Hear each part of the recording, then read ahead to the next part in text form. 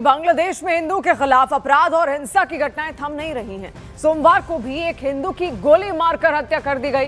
जेसोर जिले में राणा प्रताप बैरागी नाम के एक हिंदू युवक की गोली मारकर हत्या कर दी गई। ये वारदात सोमवार को कपालिया बाजार में हुई है, जहां अज्ञात हमलावरों ने सार्वजनिक जगह पर राणा प्रताप को निशाना बनाया और घटना के बाद इलाके में अफरा तफरी मच गई।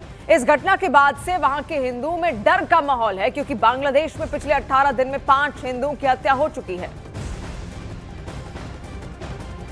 और बांग्लादेश में हिंदुओं पर बढ़ते अत्याचार के बीच में इंसानियत को शर्मसार करने वाली खबर सामने आई। यहां पर एक हिंदू विधवा महिला का रेप किया गया। आरोपियों ने रेप के बाद पीड़ित महिला को पेड़ से बांधकर पीटा भी। यह घटना बांग्लादेश के झेनादेह इलाके के कालीगंज इलाके में हुई है। पुलिस ने इस मामले में एक आरोपी को गिरफ्तार किया है और बाकी आरोपियों की तलाश जारी है। पुलिस ने जिस एक आरोपी हसन नामक इस व्यक्ति को हिरासत में लिया, वो उसी इलाके के एक गांव का रहने वाला है। आरोप है कि इस दौरान पीड़ित महिला के बाल काट दिए गए, उसके साथ मारपीट की गई और पूरी घटना का वीडियो तक बनाया गया। अब सवाल यह है कि बांग्लादेश में हिंदुओं पर अत्याचार कब तक होते रहेंगे? टारगेट पर हिंदू, आखिर यूनुस सरकार मौन क्यों है? यह सबसे बड़ा सवाल है।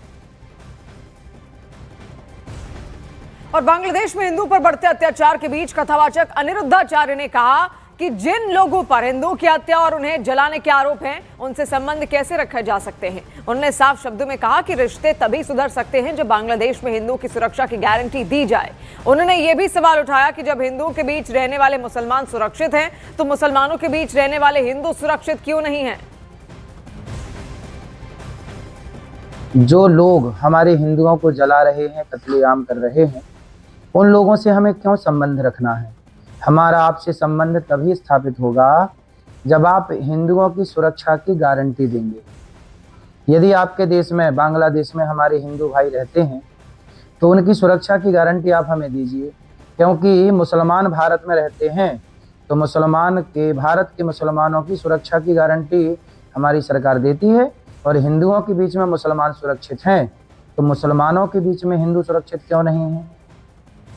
और भारत और बांग्लादेश के बीच में क्रिकेट को लेकर विवाद बढ़ता जा रहा है। बांग्लादेशी खिलाड़ी को आईपीएल से रिलीज करने के फैसले के बाद अब बांग्लादेश ने T20 वर्ल्ड कप भारत में खेलने से इंकार कर दिया है।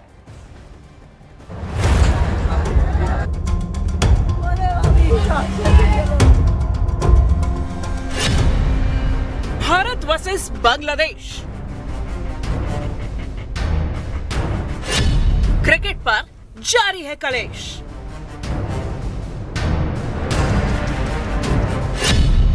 बांग्लादेशी क्रिकेटर आईपीएल से आउट।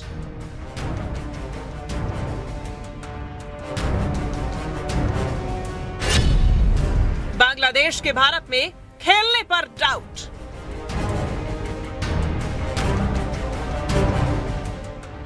बांग्लादेश में हिंदुओं पर अत्याचार हुआ तो बांग्लादेशी क्रिकेटर को आईपीएल से बाहर करने की मांग उठने लगी। बीसीसीआई ने कोलकाता नाइट राइडर्स को बांग्लादेशी खिलाड़ी मुस्तफिजुर रहमान को रिलीज करने को कह दिया, तो अब बांग्लादेश ने T20 वर्ल्ड कप भारत में खेलने से इनकार कर दिया है। हालांकि इस पर अभी आखिरी फैसला आईसीसी को लेना है और बांग्लादेश की सिफारिश के बाद गेंद अब आईसीसी के पाले में है। बात सिर्फ यही नहीं रुकती है। बांग्लादेश के खेल मंत्री आसिफ नजरुल का एक फेसबुक पोस्ट वायरल है, जिसमें वो बांग्लादेश के सूचना और प्रसारण मंत्रालय से भारत की कैश रिच लीग आईपीएल के सभी कवरेज को रोकने का अनुरोध कर रहे हैं। इन विवादों के बीच भारत में बांग्लादेशी क्रिकेटर को रिलीज करने के फैसले का समर्थन किया जा रहा है।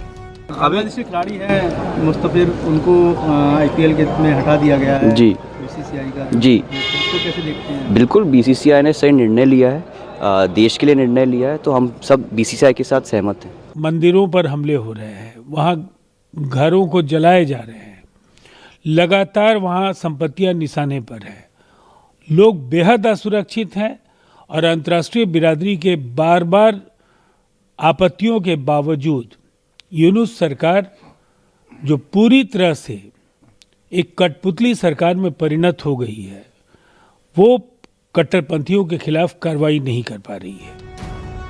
बांग्लादेश की यूनुस सरकार अब हिंदुओं की रक्षा करने में नाकाम रही है और भारत की सियासत में बांग्लादेश पर लगातार निशाना साधा जा रहा है। किसी भी धर्म के लिए, समाज के लिए और देश के लिए उसके विनाश का कारण बनता है। और बांग्लादेश में जिस प्रकार से उत्पीड़न हो रहा है वो उसकी कोई प्रशंसा नहीं कर सकता, उसकी सर्वत्र भर्त्सना है। और बांग्लादेश में लोगों को जो वहाँ के समझदार लोग हैं उनको आगे आना चाहिए।